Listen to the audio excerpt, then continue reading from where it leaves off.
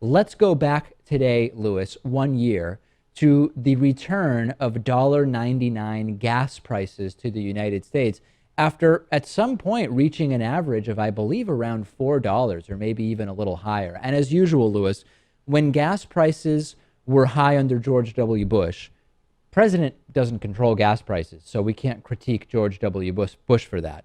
When gas prices were high under President Obama, why isn't President Obama doing anything to lower gas prices? And then when gas prices were low under President Obama, oh, the president doesn't control gas prices. Why would we be praising President Obama whatsoever? And this is just a constant. We've been observing this now for over a decade. Yeah, the bashing never ends. The Obama bashing never ends, and I will agree with some of the people some of the time that the president does not control gas prices. Right. Although certainly there are things the president can do to help. Yeah, the president's economic decisions can generally influence the climate that affects what the gas prices are as a result of many, many factors. But no, presidents are not responsible for gas prices, but certainly they are involved in decisions that can impact gas prices. And, the thing about gas prices is a lot of times the impact of gas prices is sticker shock alone. I mean, if you think of a 10-mile to work commute 5 times a week in an average 20 mile per gallon vehicle, right? Not a particularly great gas mileage, but also not terrible. Meaning your commute is basically 5 gallons per week.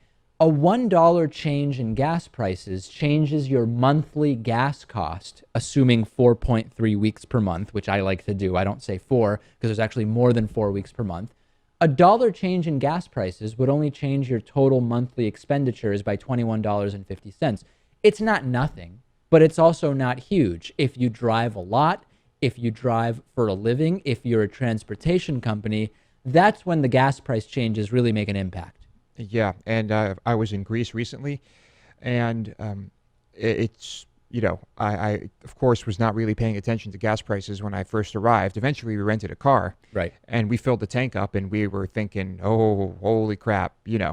And when you're in Athens, I mean, everybody was just driving mopeds and the small Right. motorcycles and everything. Because the gas was just so outrageous. And so, there people had to make these decisions. They had to be more efficient because it was just too expensive. Yeah, when I was in Israel, I saw the gas price in Israeli shekels per liter, did some quick math, and we were talking about 775 US dollars per gallon. That is a high gas price, right? We don't even know high gas prices here in the United States right now. Yeah, and then, it gets even worse in more remote places, Right. islands, places like that. I'm sure there are places people are paying upwards of $15 US dollars a gallon.